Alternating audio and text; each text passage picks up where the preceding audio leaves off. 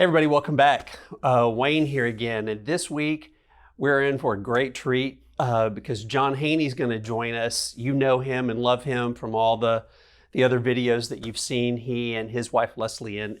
And this week we're going to talk about sex, particularly how to re-engage sexually after an infidelity. And you know that John is a registered sex therapist, and so he's got a lot of information to share with us. And we're just going to have a casual conversation that hopefully you guys will find helpful and meaningful as you begin to re-engage in that part of your relationship.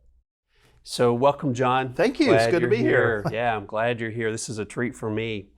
You and I talk to couples every day that are trying to rebuild their relationship after an infidelity, and I'm using that in the broadest context.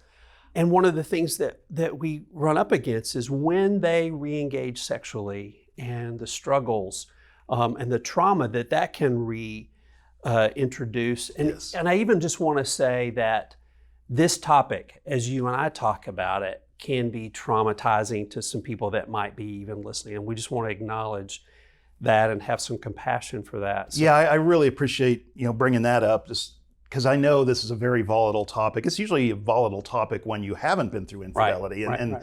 And most of us don't really have an easy time talking about our sex lives. Even when I was training in sex therapy, I realized how little I talked about it or thought about it myself. It was easy to talk about it with everybody else, but recognize that this may be very unfamiliar territory for people to try to step in and talk about this stuff. But when you add that layer of infidelity on top of it, it creates all manner of problems, as you were alluding to.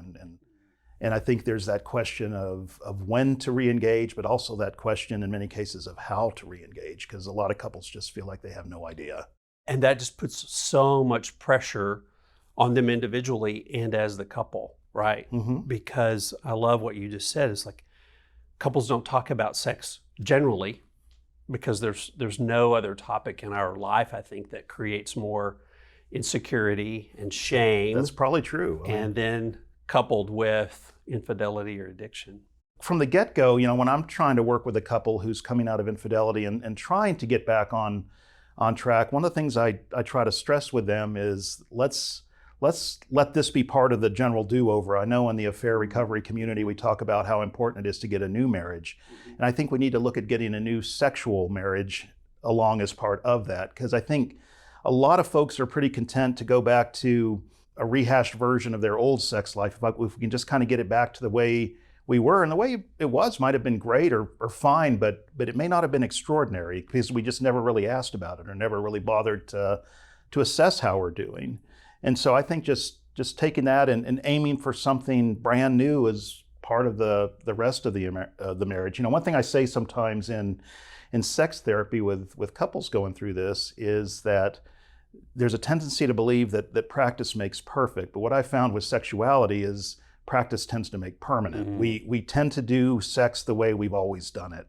And so sometimes we find ourselves replicating patterns that go way back to the beginning of our marriage, like the way we were doing it when we were in our early 20s, which might have been great back then, but maybe we've never really evolved, or maybe it's not really working for us anymore.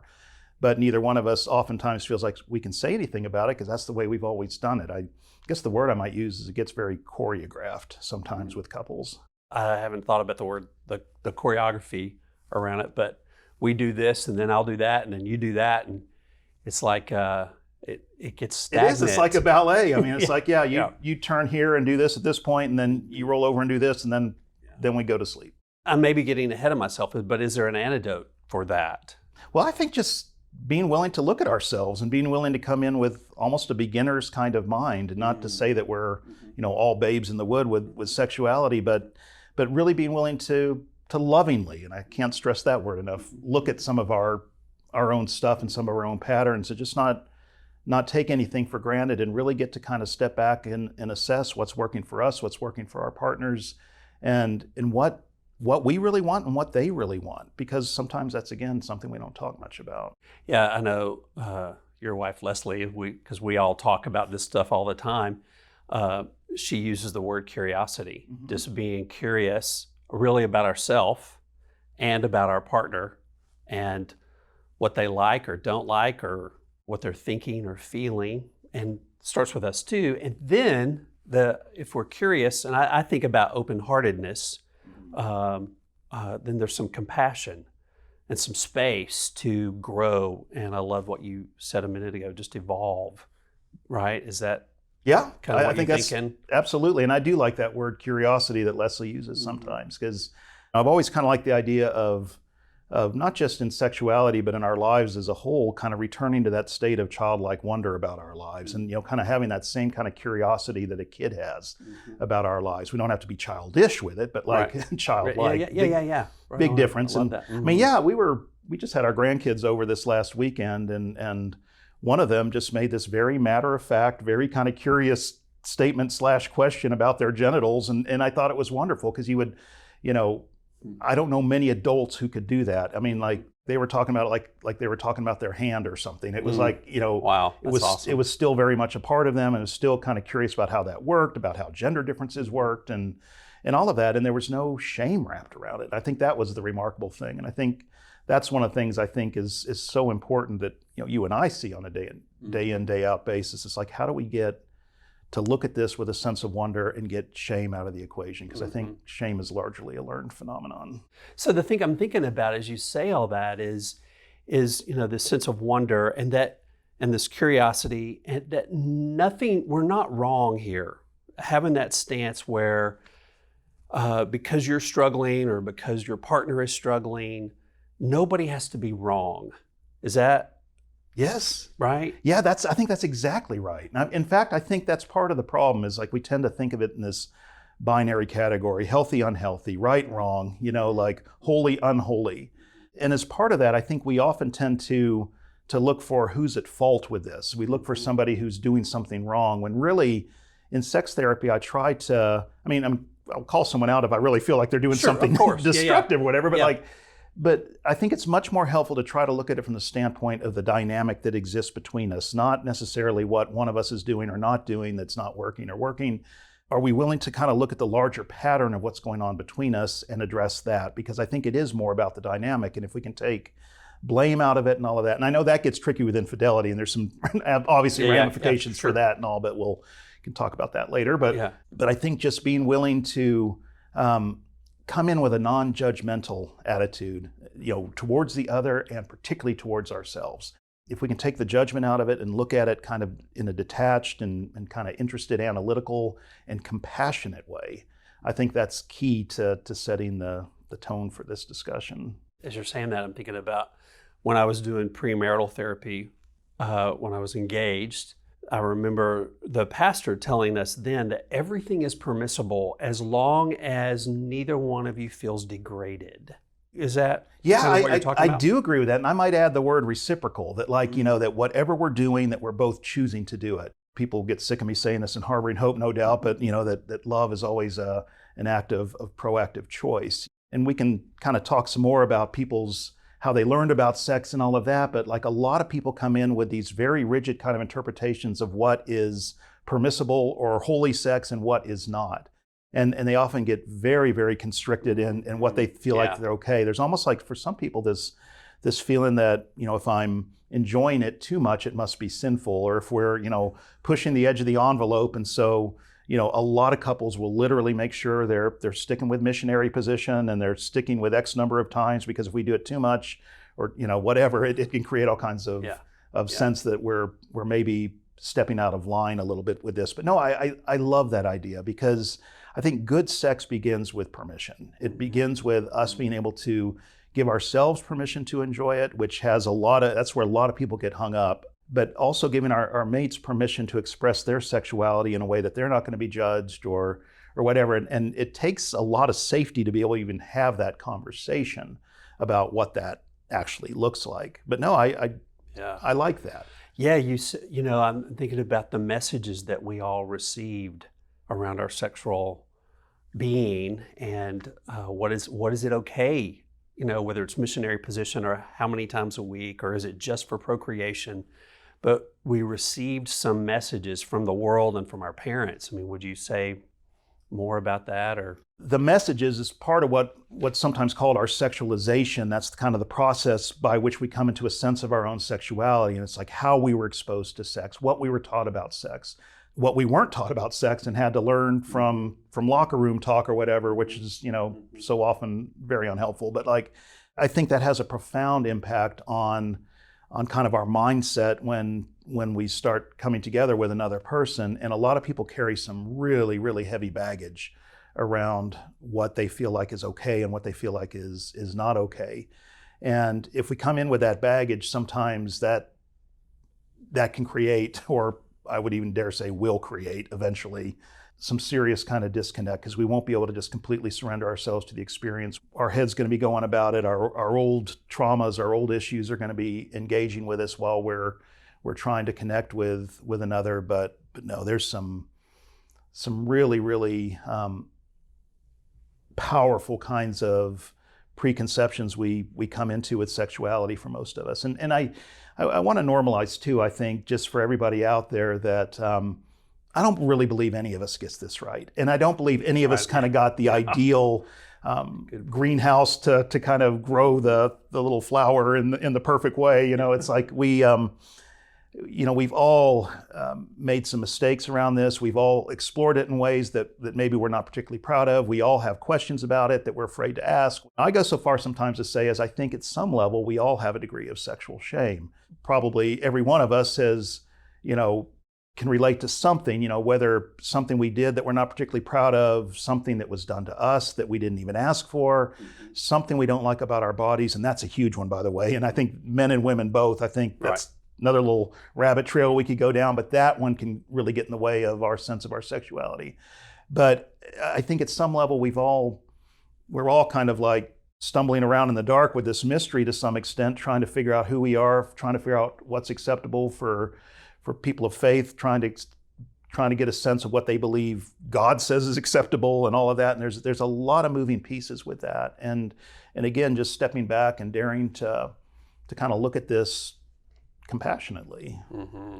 No, it's funny, Wayne, because as you're talking about this, I know you and I know each other's stories pretty well, but I was just thinking it out as I was kind of driving up here, just like how many of the great mistakes in my life, or had to do with a girl or a woman somewhere, or my, more fundamentally, my desire to be loved and what I was willing to do to make myself appear lovable or acceptable to somebody else, and just all the places where I even compromised my authenticity, being loving to myself in that attempt. And so, for all of our listeners out there, just want to really stress this idea of how important forgiveness is. I know you probably get sick to death out there hearing us talk about forgiveness at a fair recovery, but I think in this particular area, after infidelity, a lot is spoken about, how do we get to a place where we can forgive the other for what they've done? But I think it's so important to get to where we can forgive ourselves for not always having had the perfect response or things that we did in our attempt to find love or to be loved or to make ourselves lovable. And, once again, just can't stress enough, just trying to look at this compassionately, that if everybody did it right, we wouldn't be in business. Mm-hmm. Starting with compassion for yourself, right? And even the compassion that I'm struggling to re-engage sexually, and even through non-sexual touch, or I'm struggling to re-engage intimately in my relationship after infidelity. Yes. Is that right? That's right. Yeah, boy, if we can just get there and just be able to name it. So given all that, what do you see or think some of the biggest barriers are for couples, either one of them, to re-engage intimately sexually? I'll try to throw out a few of the big ones here anyway, but since we're talking about, for most of our audience, they're looking at trying to re-engage after infidelity, I'll just start with the big one. Our inability or unwillingness to heal from the pain of the infidelity. That one is a major barrier, because we will keep dragging the dead weight of the old relationship, and even when we're not trying to do that, it has just a really ugly way of reasserting itself into our sexual lives. Sometimes in the Harboring Hope programs, Leslie and I talk about the particular double bind around sexuality. And for those of you not familiar with that term, a double bind is where we're trying to hold two contradictory states or beliefs simultaneously at the same time. And sex is very, very problematic that way, because for a lot of couples who are trying to re-engage and are really trying to heal, sex can feel like a really profound connective kind of moment.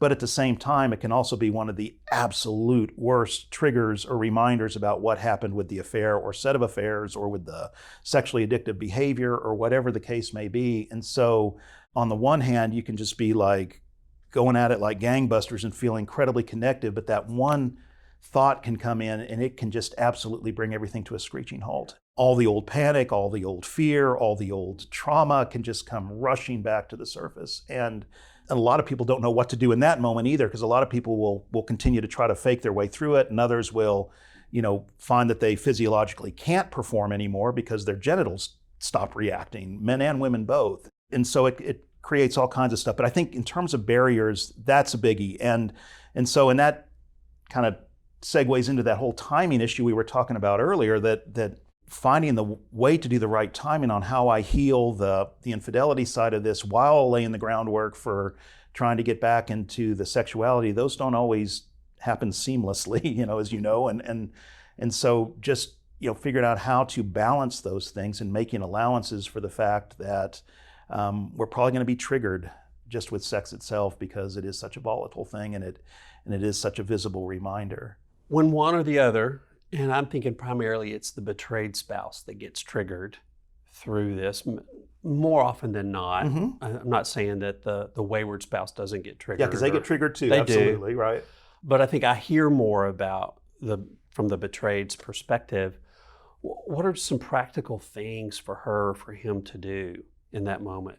I mean, this may sound like a overly generic answer, but I think with so much with sexuality, it all begins with really good communication. And how do we make it safe to talk about that experience and to normalize that experience, and even to kind of ask for what we need with that experience. And so not just waiting till we're trying to be physically intimate to talk about that. Yeah. But when we're being triggered, not being afraid to, even if we're really feeling like we're going someplace, and we've had a really connective experience. A lot of people will feel guilty for having a intrusive thought, and they don't want to blow up this moment of connection they feel like they're having. We hear with Men and Women, the Harboring Hope community, fear that if I bring this up, it's going to make them disappointed in me. That we can't even have this connective moment without me going back into my shame or into my pain or any of that. And so a lot of men and women will just kind of swallow it and act like it's not there. But qualitatively, Elvis has already left the building. It's like nothing. It's just the thrill is gone, and they're just kind of in the action now without any of the connection. And so I think making it safe to be able to say, just to talk about the context of that, and that's an issue for us, but then being able to say when it's actually happening. Because I think depending on how the other spouse responds, if we can make it safe to just kind of stop and go, hey, you know what, it just happened again. One of those thoughts came in. It's quite all right to just stop. And that doesn't mean we have to permanently stop for the evening, unless, and I would certainly want the person who's having the trigger to be able to control the drawbridge on that. But if they can say what they want in that moment, can we just stop and you can just hold me for a little while, or just talk to me for a little while? A lot of people, once it's made safe to do that, can get back into their bodies and back into the experience again. In fact, sometimes the response of the other spouse, if they're very gentle and kind and connective in that moment, depending on how they respond, it can actually build intimacy towards right on that greater sexual connection. Yeah. For everybody out there, whichever role they play, that intrusive thought, it's exactly what it is. It's intrusive, it's rogue. The betrayed spouse, if that's who's having this, didn't ask for that thought to come back in their mind. Right. They don't want it more than the other partner doesn't want that thought. Is that right? That's exactly right. And and that's where I think some wayward spouses can get triggered too, because you can have these really good men and women who made this mistake of which they're just really disgusted with themselves, mm-hmm. and they can be reminded by that, and they can see their really kind and loving and forgiving husband and wife with them, and then suddenly have that moment of shame where they kind of realize, oh my gosh, I can't believe I put my family at risk for my selfishness or whatever, and they can shut down, or they can have a moment where, and this is probably one we can circle back to at another time, but like, as we start talking about actual performance issues that start, working with men and women in this dynamic, that's a big one for wayward spouses, is with enough guilt or with enough remorse or with some shame bouncing around, it's like that can cause a guy to lose his erection, or that can cause, or just the fear that I'm not going to be good enough for my wife or for my husband, that I'm not going to please them, because the tendency sometimes is to believe that, because there's been this infidelity between us, I have to really hit the ball out of the park. I have to show them that I'm loving them like nothing we've ever done before. And that just that pressure alone puts such a inordinate weight on the person that they can't possibly live up to, where their fear of not living up to it will create this self-fulfilling prophecy, and it all tumbles, which then in turn can hit the other's rejection, and it's off to the races often. So I think, kind of once again, just being able to talk about this stuff and normalize what's going on with us, normalize that we can have a tremendous desire to connect with one another and still have frequent inabilities to physiologically connect with one another. That's something probably I need to throw out there too. I've said this before in other places in AR, but arousal and desire are two completely different things, as you know, and just kind of reminding the people tuning in right now that for women particularly, they tend to operate on different planes. And so, not to throw kind of gender absolutes out there, because there's a lot of men who respond more in a feminine manner and so forth, and I don't even, kind of those terms masculine and feminine don't even really work, because it's more of a continuum in terms of how we respond. But like, arousal is more the physiological part of sex. It's our biologically us responding to get ready for sex. It's a guy getting an erection, a woman lubricating, kind of all the stuff that's going on with our bodies and our breathing and all of that. Whereas, desire is more the mental part of sex, and we can have one or not the other. Oftentimes we can feel a profound desire to connect with the other, and our bodies are just dead weight at that point. Other times we can be feeling, tremendous arousal and our bodies are responding, but our heads can be 1,000 miles away from one another. And just getting to where we actually have a vocabulary to start talking about what's going on with that. One of the things I see a lot, sadly, and this happens in a lot of non-infidelity related sex too, that like we get to where we're able to achieve arousal, but we haven't set the desire context well in the relationship. And so one partner is basically just kind of assuming the position and the other one's doing their thing, and we can think we're having this connective sexual experience, but we're not fully both engaged. You and I use the term sometimes masturbation with a partner in terms of the marital dynamic that happens with couples, where we might be able to perform, we might be able to achieve an orgasm both ways, but that doesn't mean we've had a connective sexual experience. Yeah, it's over, and neither one or both don't feel like there was any connection there. So you end up feeling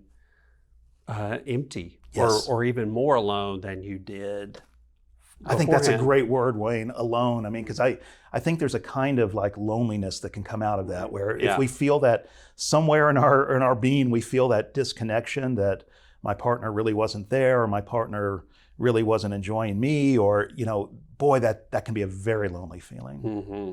So I want to go back. You used you were talking about this and doing that proactively. And it's not just one conversation. It's many, many, many conversations over the course of a married couple's lifetime, right? It's like, talk about this. I think we talk about here in A Fair Recovery that after couples get through the hump of infidelity and begin to co-create this new relationship that so many of them want, is that they can talk about anything and everything at this point. That's right. That's one of our goals. I think a tenet for us, right? Is absolutely, especially sexually, like you said, the messages that we got, and we never feel so much shame as that we do in that relationship. Or in that relationship to our own sexuality, I guess. Is that right? No, I think that's exactly right. And I think from that standpoint too, as part of that kind of learner's mind is, being willing to continue to grow, that like we may have done it pretty well, but I think a lot of people will just, plateau at a certain level and just kind of feel like we've made it, and Yeah.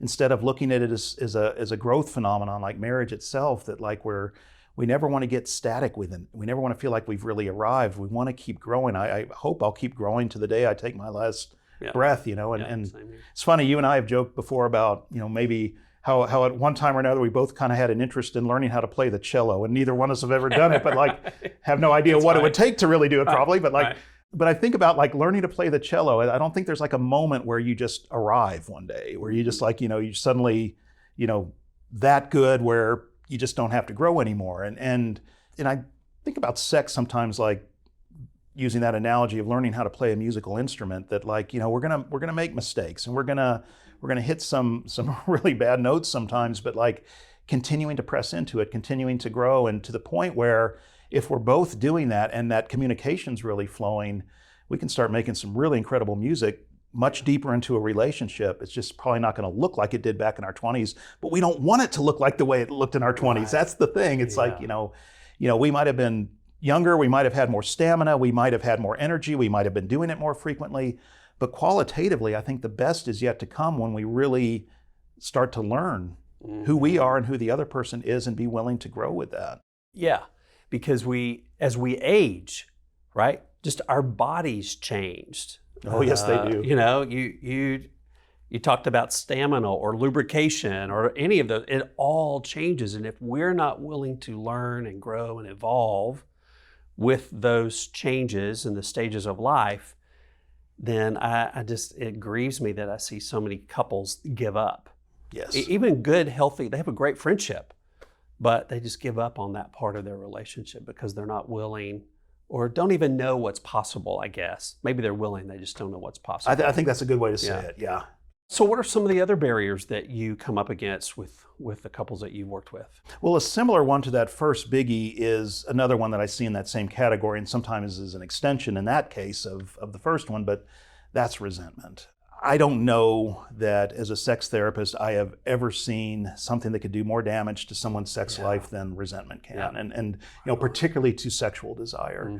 And that may be related to the infidelity, it may not. And if we're together long enough, we're going to have a huge body of little irritations and things, and hopefully, as part of what we're trying to learn how to do here is to talk about those things and process those things as they're coming. But like all the things that slowly build up over time, sadly, particularly around sexual things and all, we tend to not talk about them. And so over time, those what might have been little resentments, just start growing, and they can turn into this kind of bitter disengagement with the other. And it can get to the point where, I've had men and women get to the point where they've got so much resentment they're carrying that they literally use terms like, I feel like I'm sleeping with the enemy now, because this person doesn't feel like my loving partner, this person doesn't feel safe, and all of that. And boy, safety for men and women, but particularly for women, will tend to bring libido to a screeching halt if we don't feel like the other person is really invested in us or cares about us and all of that. So I think,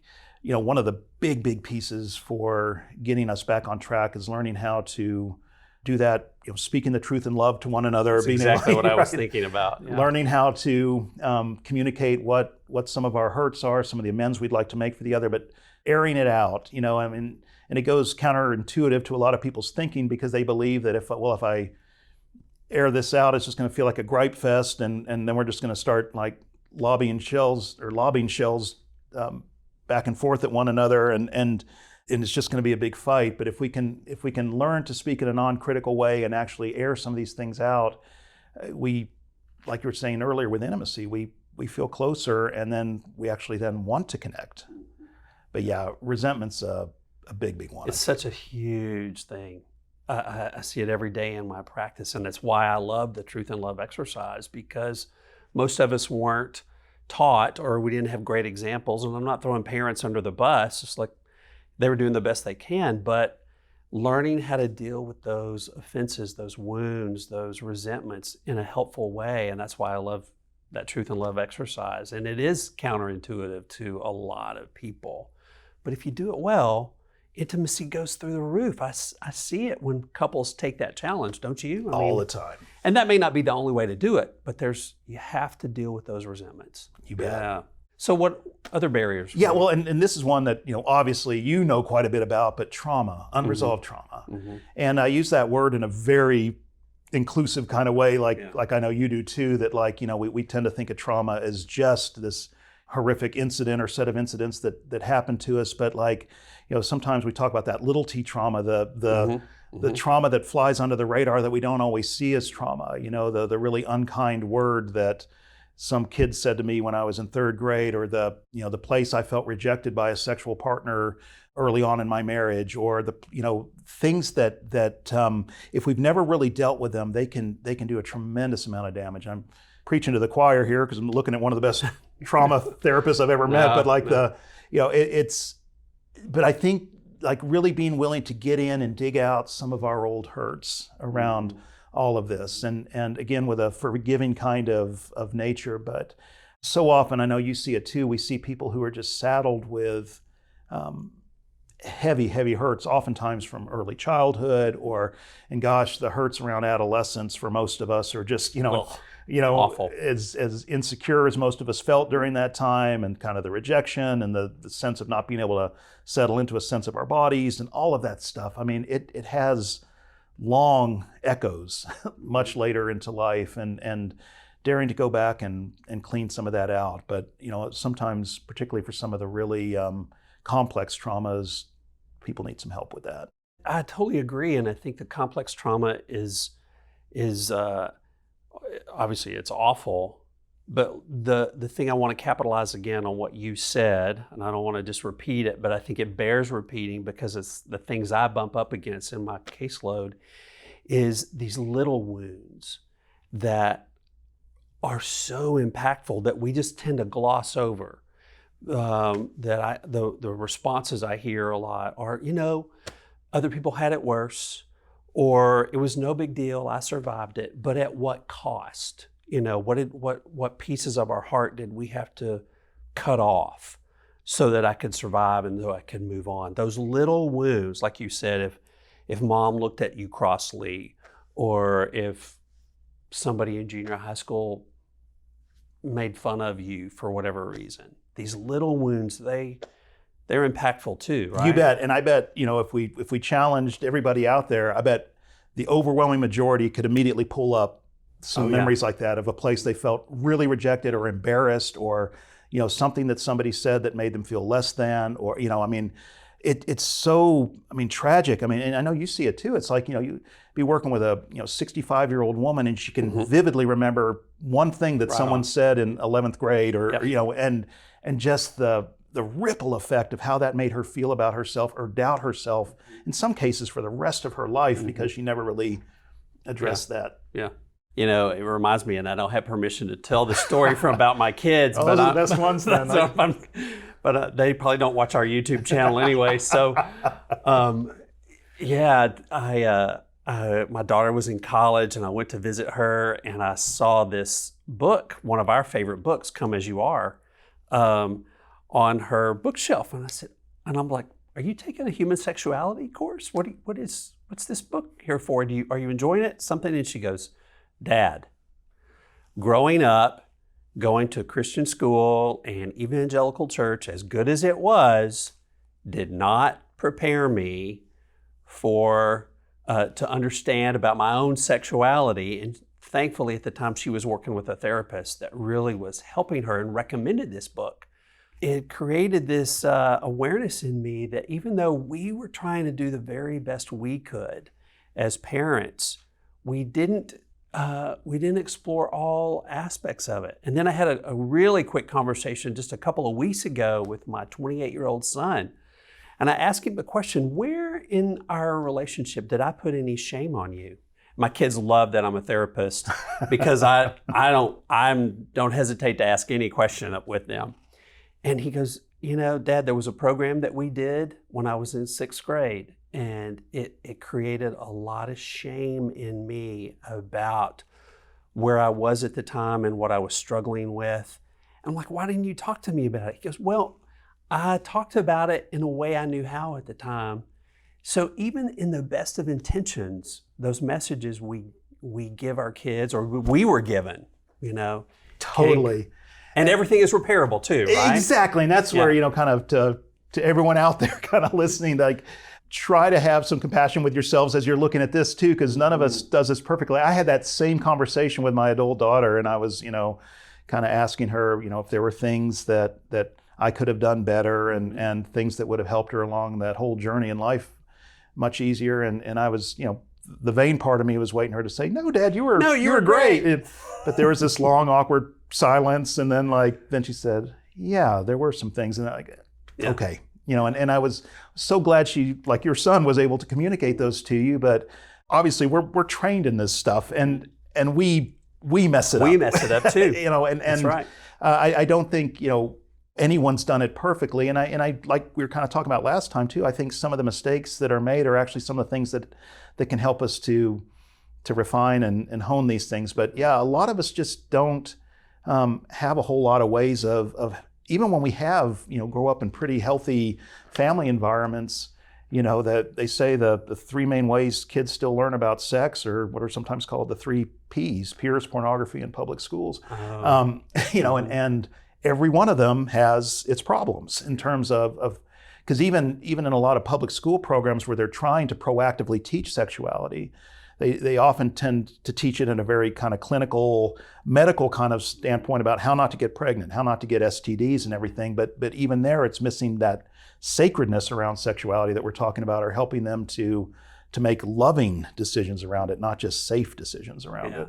Yeah, well, even in the state of Texas, until recently, abstinence was the only thing that was taught, right? Right. So even if your kids didn't grow up in Christian school, they still got just a part of the message, or the part of what's going to help them to grow up to be healthy, responsible adults. That's right. And and not trying to knock churches or anything, because there's some really good attempts in churches sometimes to talk and engage the sexuality issue. But so often a lot of people experience growing up there was either fear attached to the messages, or there was shame attached to the messages. Like, if you have sex, you're going to get a girl pregnant, and you're going to shame your family. The things that some people, we could do a whole session on just messages people heard around masturbation growing up, that if you touch yourself, you're going to grow hair on the palm of your hands, which I realized wasn't true when I watched baseball players. But the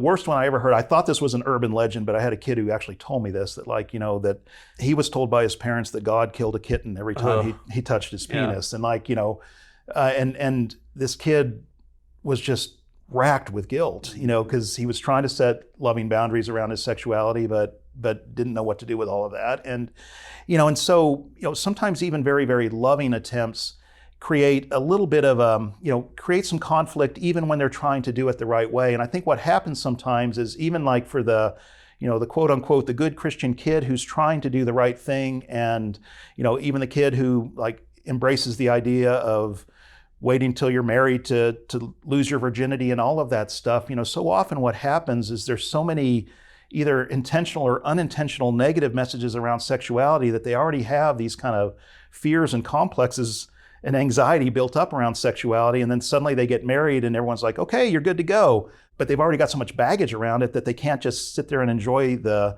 holiness of it, because they're still carrying the dead weight of a lot of old messages. And how do you go from a kind of a restrictive way of looking at it to suddenly you're off to the races and you're free to go? It's a really complicated thing. And so, yeah, I don't know that any kid gets kind of the ideal perfect environment for this, where a lot of us are just trying to make it up as we go along, figure it out as we go along, using what we have available for us. Yeah.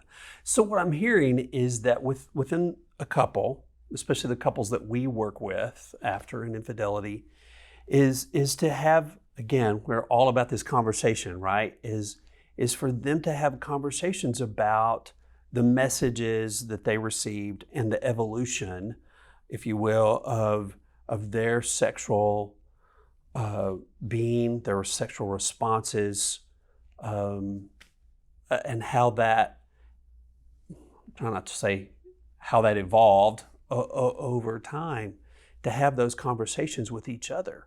With that curiosity is leading the way, and I would say too, a sense of humor may help with all of this. I'm so glad you brought that up. I mean, I think it is. I mean, I think getting to where we can just lovingly laugh at ourselves and laugh at just kind of the absurdity of all of this sometimes. And yeah. Well, and how I'm thinking about too, as you're talking about how much how much fear is a driver in all of this. Even parents that were doing the best they could and the best they knew at the time, your parents and my parents too, to keep us from getting hurt physically or emotionally, psychologically. So there's a lot of room for that. No, there is, and I think that's where that loving motivation so often comes in, because, I mean, everybody can read the horror stories on the news all the time about just the widespread sexually transmitted diseases and kind of just the incredibly flippant way that a lot of young people look at sexuality, where it's just no big deal. I mean, the traditional four bases have evolved a lot during the years. What I used to think about is like maybe third base is probably like first base now, but like just this expectation is just, it's been so normalized and in some ways desensitized, and with the proliferation of pornography and things like that, a lot of kids have lost a sense of that kind of wonder or that sense of excitement about it, because they're just oversaturated with it. I read one theologian one time, I really like what he said. He's basically that like sexuality in our culture very much is like killing Santa Claus to get to the presents now, that like it's just you can get all you want, but there's a price that's paid for not putting those loving boundaries around it. Yeah. What else would you say about the message and the how we grew sexually to where we are now, especially our couples that are struggling with infidelity?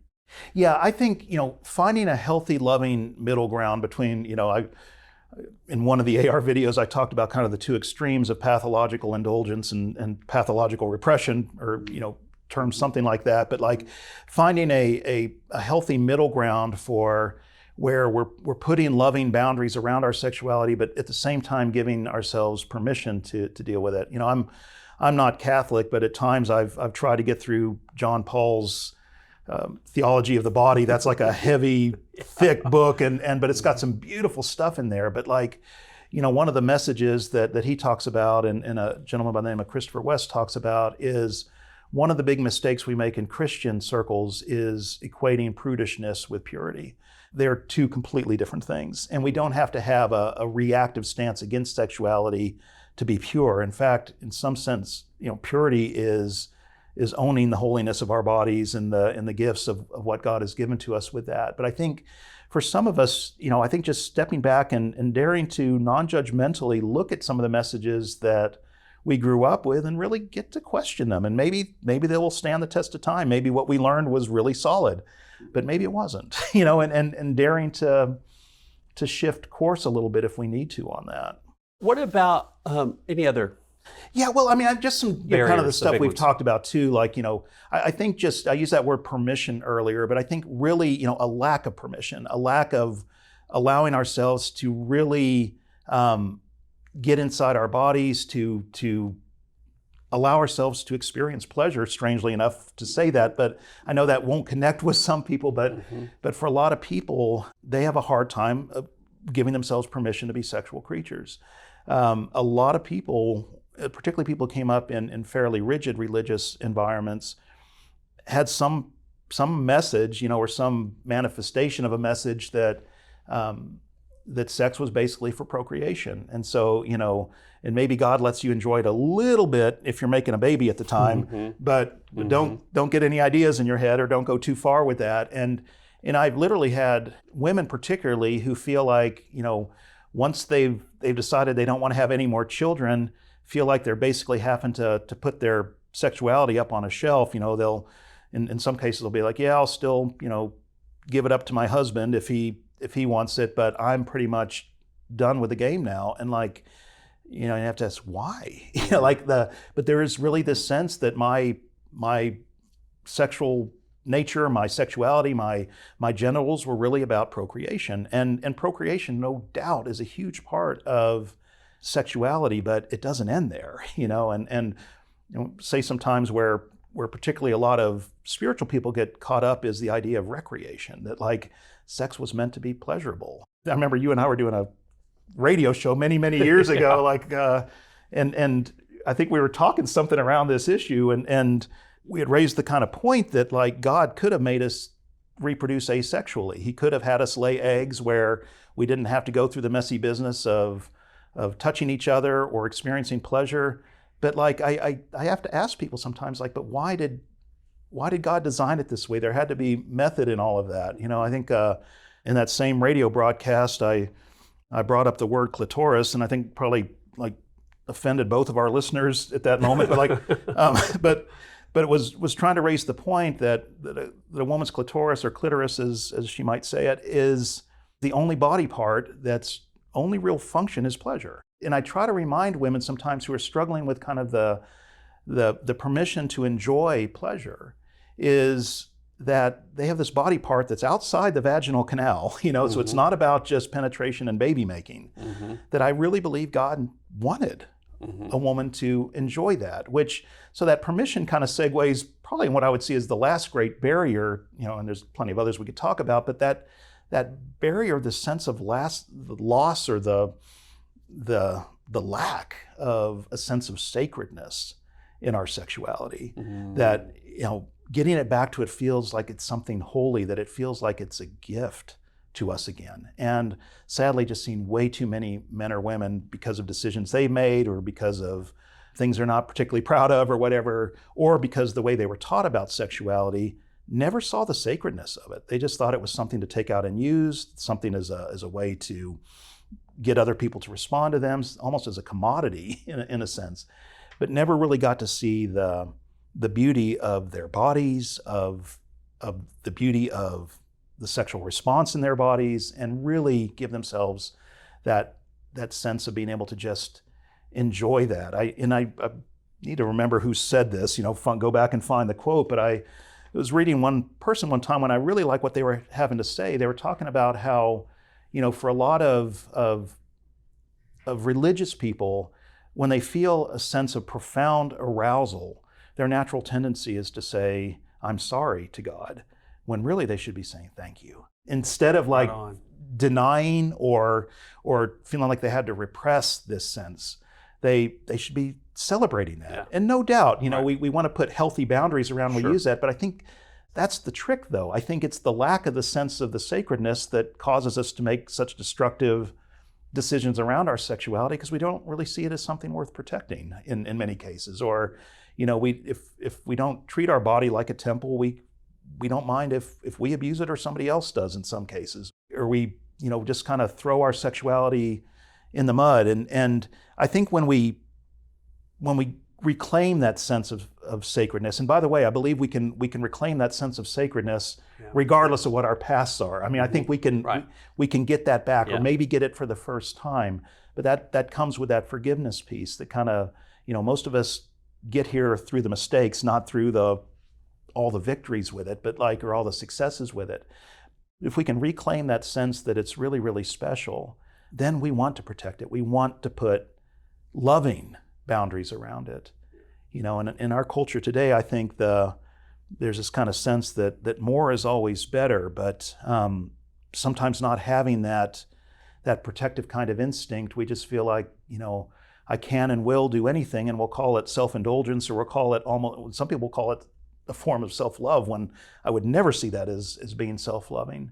So I know we need to wrap up for this time, but there's maybe this will be a little bit of a teaser for moving forward, but I think that's one theme as we're talking about this that I want to permeate all aspects of this, is like getting that wonder back, getting that sacredness back, and learning how to enjoy this again, to make it a gift again. Yeah, great. Well, John, thanks for being here, and thanks for doing this with me. I know you're committed to come back, and we're going to continue this conversation for as long as we need to, because we get so many questions about this aspect of even just general couples therapy, but especially with the infidelity work that we both do.